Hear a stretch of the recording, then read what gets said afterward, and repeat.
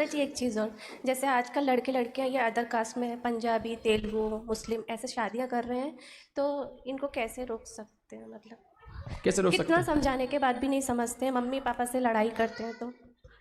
प्यार अंधा होता है, लव इज ब्लाइंड। वहां पर उन्हें कुछ दिखाई नहीं देता है। कितने भी उनको उदाहरण दिए जाते हैं कि देखो उस लड़की ने उस मुस्लिम लड़के के साथ शादी की, उसके साथ कैसे कैसे हो रहा है, क्या क्या हो रहा है, कितनी यातनाओं को सहन करना पड़ रहा है, फिर भी वो कहती है कि मेरे वाला ऐसा नहीं है, बस मेरा ऐसा नहीं है। बस ये चीज स्थिति होने पर वो व्यक्ति को कितना भी समझाया जाए उस लड़की को समझ में नहीं आती है। लड़कों को भले ही समझा सकते हैं, लड़कियों को समझाना बहुत मुश्किल हो जाता है, बहुत मुश्किल हो जाता है। वो क्योंकि इतनी इमोशनल होती हैं कि उनको समझाना बस की नहीं होती है। तुम्हारे जी इसका कारण जॉब होती है। इसका कारण संस्कार का अभाव होता है। इसका कारण माता पिता की अधिक स्वतंत्रता होती है, उन पर जरा सा ध्यान नहीं देना। और जॉब तो इसमें मुख्य है ही, क्योंकि जब जॉब करती हैं लड़कियां तब वह न जाने किन किन के साथ उठती बैठती हैं, खाती पीती हैं, और माता पिता सोचते हैं जॉब करने गई है, और वो न जाने कहाँ कहाँ घूम रही होती है, और जॉब के साथ साथ न जाने कहाँ कहाँ किस प्रकार की बातों में संलग्न होती है। तो इसीलिए जॉब बहुत खतरनाक है वर्तमान में लड़कियों के लिए।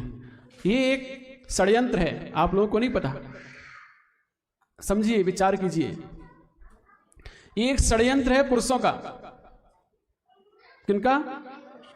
पुरुषों का षड्यंत्र है। क्या है? उन्होंने कहा कि हम सब काम करते हैं, पैसे कमाते हैं, और ऑफिस में यदि कोई महिला नहीं होती, लड़की नहीं होती, टाइम पास नहीं होता है। कोई ना कोई लड़की को जॉब में रखना चाहिए जिससे कि हमारा मन बहलता रहे। इसीलिए जहां देखना आप कभी भी कंपनियों में लड़कों की संख्या ज्यादा होती है, लड़कियों की कम होती है, और वो लड़कियों को सिर्फ इसलिए रखा जाता है कि वो लड़के अच्छे से काम कर सकें। ये एक षड्यंत्र है पुरुषों का कि बराबर अधिकार देने की बात कह के उन्होंने स्त्रियों को घर से निकाला, और इससे घर से निकालकर और वो अब अपने इच्छा अनुसार उनको चलाते हैं। वो जैसे चाहे वैसे भी चलाते हैं, क्योंकि वहां पर बहुमत पुरुषों का होता है, और पुरुषों का जहां बहुमत है वहां पुरुषों के अनुसार ही महिलाओं को चलना पड़ता है। तो ये सारी स्थितियां होती हैं। अभी हमने वो कौन सी किताब है, बेटी के नाम गुरु का संदेश, बहुत अच्छी किताब है, हर माता पिता को पढ़नी चाहिए, बच्चियों को पढ़ानी चाहिए। बेटी के नाम गुरु का संदेश यहीं भोपाल में मिलती है, मंगा देंगे हम यहाँ पे, तो उससे पढ़ो। कितने सारे उसमें खुलासे किए गए हैं कि कैसा कैसा होता है जॉब करने पर, क्या क्या नहीं होता है। उसमें एक वाक्यांश से एक दृष्टांत कि जो लड़की जॉब करने जाती थी तो पहले तो अच्छे ऐसे कपड़े पहन के जाती थी कि लोग उनको उसे देखकर आकर्षित हो, उसे देखें। वो खुद चाहती थी कि मुझे देखें, मुझे देखकर आकर्षित हो, तो ऐसे शॉर्ट्स कपड़े पहन के जाती थी। लेकिन जब उसे दूसरों की निगाहों को गलत लगा, ऑफिस में उसके साथ गलत व्यवहार हुआ, एम्प्लॉय लोगों ने किया, बॉस से उसने शिकायत की, तो बॉस ने कहा इसमें दिक्कत क्या है आपको, इसमें दिक्कत क्या है आपको, तो उसे बहुत गलत लगा। तो उसने अपने गुरु को एक संदेश लिखा कि ऐसा ऐसा मेरे जॉब के साथ हुआ। तो गुरु ने कहा सबसे पहले आपको अपने वेशभूषा पर ध्यान देना होगा। यदि आपकी वेशभूषा सही नहीं होगी तो आप खुद ही दूसरों को आकर्षित कर रहे होते हो।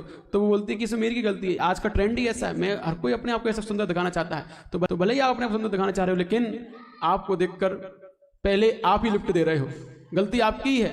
तो फिर उसने कहा कि गुरु ने कहा कि आप एक काम करो, आप ऑफिस में अच्छे शालीन वस्त्र पहनकर जाओ, फिर देखो कि आपको ऑफिस में स्वीकार किया जाता कि नहीं किया जाता। तो जब वो लड़की अच्छे शालीन वस्त्र पहनकर ऑफिस जाना प्रारंभ कर दिया, तो उसके बॉस ने कहा ये क्या तुम बहन जी की ड्रेस पहनकर आती हो, ये ड्रेस यहाँ नहीं चलेगी, जैसे पहले आती वैसे ही आना पड़ेगा। तो कहने का मतलब किस लिए लड़कियों को रखा जाता है? सिर्फ और सिर्फ एंटरटेनमेंट के लिए। उनको वहां रिसेप्शन पर क्यों बिठाया जाता है? कि लोग उनको देखकर आकर्षित हो और यहाँ आए। लड़कों को रिसेप्शन पर कभी देखा पहला है? हमेशा रिसेप्शन पर लड़कियां ही होती हैं, क्योंकि उनको देखकर लोग आकर्षित हो। सिर्फ और सिर्फ उनका यूज किया जाता है और कुछ नहीं। और लड़के सोचते हैं हम जॉब कर रहे हैं, पैसे कमा रहे हैं, कुछ नहीं, अपना यूज करवा रही हैं और कुछ भी नहीं होता है। अपने इस सुंदरता को वह एक प्रकार का यूज बना देती हैं। तो इसीलिए हमें बचना चाहिए इस पुरुषों के षड्यंत्रों से, और हमें जो हमारे लिए योग्य कार्य है वो है अपने परिवार को चलाना। क्योंकि अगर महिला यदि परिवार की ध्यान नहीं देगी तो बच्चे बिगड़ेंगे ही, और बच्चे बिगड़ेंगे तो दूसरी जगह भागेंगे ही। तो इसीलिए मुख्यतः हमारी पहली जॉब की नहीं, मुख्यतः हमारी पहले बच्चों के संस्कारों की होती है, बच्चों के हित की होती है, तब जाकर हम अपने बच्चों को संभाल पाते हैं। अन्यथा ये जॉब में फंसते हैं माता पिता और बच्चों को भी कराते हैं, तो फिर परिणाम खुद भुगतने पड़ते हैं, बाद में रोते हैं, पछताते हैं। ठीक है।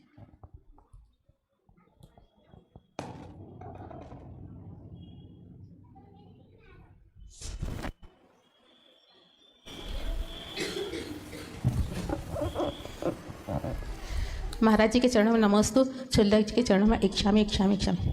महाराज जी, जैसा कि आपने बताया कि बच्चों को संस्कार देना चाहिए सही ड्रेस पहनने का, पर मेरा मानना है कि आजकल मम्मियाँ इतनी ज़्यादा हो रही हैं कि वो मतलब किटी पार्टी और उसमें शर्ट्स और ऐसी ड्रेसें पहन के जाती है कि यदि उस किटी में कोई मतलब ऐसी महिला हो कि जिसको साड़ी की इजाज़त हो घर से, तो उसको किटी छोड़ना पड़ती है। और मम्मियाँ ही मतलब सब, और अब तो मंदिर में भी ऐसी ड्रेसें पहन के आने लगी हैं कि उनको एक मतलब ऐसा लगता है कि यही ड्रेस अच्छी है, और एक चलन सा चल पड़ा है सलवार सूट और बिना सिर ढके कुछ भी। नमस्ते। देखिए, जब माता पिता ही संस्कारी नहीं होते तो बच्चों को संस्कार कहाँ से देंगे? क्योंकि माता पिता प्रथम गुरु होते हैं बच्चों के। प्रथम गुरु कौन? माता पिता। तो जब माता पिता ही सुसंस्कारित नहीं है तो बच्चों की उम्मीद छोड़ दो, क्योंकि वो उनको देखकर ही सीखते हैं। कोई बच्चा होता है, आप उससे कहो कि नमोकार मंत्र बोलो, आप उससे कहो धूप लगाओ, उससे कहो क्या करो, भगवान को धूप लगाओ, उससे कहो पैर छुओ महाराज जी के, नहीं छुएगा, नहीं छुएगा। बच्चे वो कम करते हैं जो आप कहते हो, बच्चे वो ज़्यादा करते हैं जो आप करते हो। तो आपको देखकर आप नमोस्तु करोगे, देखो ऐसे दुख लगाते हैं, आप लगाओगे तो आपको देखकर वो भी लगाएगा। आप पैर छुओगे, देखो ऐसे पैर छूते हैं तो वो भी छुएगा। क्योंकि बच्चे देखकर ज़्यादा सीखते हैं, सुनकर कम। इसीलिए पहले माता पिता को वो सब करना होता है जो वो चाहते हैं कि हमारे बच्चे करें। इसीलिए पहले उन्हें खुद सुधरना होता है, तब बच्चों को हम सुधार सकते हैं। पहले खुद संस्कारवान बनना पड़ता है, तब हम बच्चों को संस्कारवान बना सकते हैं। जो पिता बीड़ी सिगरेट पीता है, तम्बाकू खाता है, वो बच्चों से नहीं कह सकता बेटा नहीं खाओ, कभी मना नहीं कर सकता। करेगा तो सुनेगा, तुम भी तो खाते हो। तो इसीलिए पहले खुद को सुधारना होता है, तब हम अपनी इस पीढ़ी को सुधार सकते हैं। तो पहला स्वयं पर ध्यान दें। मंदिर में हमेशा शालीन वस्त्र पहनकर आने चाहिए, हमेशा सिर ढका होना चाहिए, शालीनता के वस्त्र होने चाहिए जिसमें किसी प्रकार के अश्लीलता का प्रदर्शन ना हो। सलवार सूट एक प्रकार का अपने यहाँ का बेटियों का जो है पहन सकते हैं, लेकिन वो भी मर्यादित होना चाहिए, सिर ढका होना चाहिए, मर्यादित होना चाहिए। जीन्स वाली टॉप आदि नहीं पहन के मंदिर में नहीं आना चाहिए। जीन्स टॉप पहनकर आना एक प्रकार की अमर्यादित वस्त्र है ये, और ना ही इजाज़त देनी चाहिए माता पिता को इस प्रकार के वस्त्रों को पहनकर मंदिर में जाने की।